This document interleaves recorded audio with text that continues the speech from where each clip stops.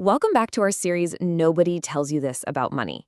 Today, we're diving into a huge, and I mean huge, misunderstanding about personal finance. We're going to talk about why so many people, even people with a really good paycheck, feel like they're constantly running on fumes. Turns out, it's not what you think. Okay, just pause and read that for a second. Does that hit home for you? Because it's a feeling so many of us carry around. You're doing everything right. You're working hard. The money is technically there. But that feeling of being able to just relax, to breathe, it's just not there. And I want to be really clear about something. If this is you, you are not failing. This is a systems problem, not a you problem. So this is the big question, isn't it? It's the puzzle. We're all taught that a bigger salary is the magic wand that's going to solve everything. But if you've ever gotten a raise and found yourself feeling the exact same pressure a few months later, you know the real story is, well, it's a lot more complicated than that. And here it is. This is the core idea that can change everything. So many of us don't actually have an income problem. We have a cash flow problem. We're so focused on the big static number, our annual salary. But that's not the number that dictates our daily lives. The reality is all about the movement of money. And once you start focusing on that flow instead of the big number, your whole perspective starts to shift. So what even is cash flow? It's not just about how much money you have. It's about the rhythm of your money. It's all about the timing. When does it come in? When does it go out? And most importantly, how much space, how much of a buffer is left in between? That space, that is your financial breathing room. It's everything. Let's break it down like this. Your income, that's the headline. It's the big, impressive annual number. But your cash flow, that's the actual story. It's your monthly reality. It's not about what you make on paper. It's about what you can actually use after all the bills and automatic payments have had their say. And that leftover amount, that's your breathing room. It's what determines whether you feel secure or stressed out. All right, let's get real for a minute. Have you ever looked at your bank account a few days after payday and just wondered, where did it all go? Not because you went on some wild spending spree, but because it just vanished. Let's follow the money and see what's really happening. So let's just walk through a super common scenario. Imagine a nice, healthy $6,000 paycheck hits your account on the first of the month. And for a moment, maybe a few hours even, there's this wave of relief. It feels like possibility. It feels like security. You can finally unclench your jaw, right? But then the automatic drain begins. Before you even had a chance to think about it, that money was already spoken for. Whoosh, there goes the rent or mortgage. Zap, the car payment, the insurance drafts, the student loans. And then come all the others, the utilities, the subscriptions, the weekly groceries. And just like that, that beautiful $6,000 has shrunk to this.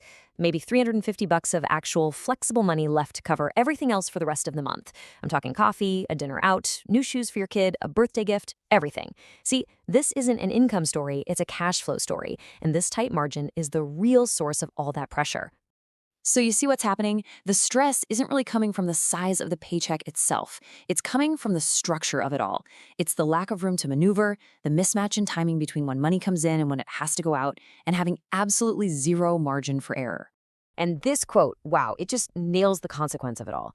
When your cash flow is this tight, things that are a totally normal part of life, your annual car registration, a copay at the doctor, a field trip for school, they suddenly feel like a 5-alarm fire. You're constantly getting knocked off balance by predictable things, and it forces you into this stressful cycle of just trying to catch up. Okay, deep breath. That's the problem, and I know it can feel heavy, but here's the good news. The great news, actually. You can change this. You can re-engineer your cash flow. So let's look at a really practical 5-step plan to start creating that breathing room we've been talking about. All right, here's your roadmap. First, focus on that monthly room. Calculate the exact number you have left after all your fixed costs are paid. That number, not your salary, is your new obsession. Second, respect your fixed costs. Add them all up. Seeing that total number can be a serious wake-up call. Third, track your irregular expenses. Things like car repairs or annual subscriptions, they aren't emergencies. They're just predictable costs that don't happen every month. So you divide their annual cost by 12 and you save that little bit each month. Fourth, master the timing. Literally get a calendar out. When does money come in? When did the big bills go out? Can you maybe shift a payment date by a week to ease the squeeze? And finally, step 5, intentionally build liquidity. This is just a fancy way of saying have cash you can get to easily. automate a small transfer to savings the day you get paid before you even have a chance to miss it. And I really need you to hear this. The goal here is not shame. It's not about beating yourself up for feeling stressed. The goal is to become a detective of your own finances. It's about asking, okay, where is the flow breaking down? Where is my room disappearing? Those are the questions that are actually going to lead to real, lasting change. Ultimately, solving a cash flow problem isn't just about spreadsheets and calendars. It really requires a deep shift in your perspective. It's about totally redefining what financial health actually looks and feels like to you. This right here, this is the big mindset shift.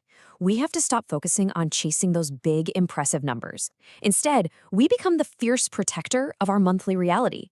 It stops being about how can I earn more, and it becomes how can I make sure the money I already have flows smoothly and safely through my life. This just gets right to the heart of it all, doesn't it? Financial peace isn't some theoretical concept. It doesn't come from a number on a job offer. It comes from the actual, lived feeling of having enough margin in your monthly life to absorb a surprise without spiraling. That is what real stability feels like. So I'm going to leave you with this final thought. A little challenge. For the next month, I want you to try and stop asking, how can I earn more? And instead, ask yourself every single day, how can I protect my breathing room today?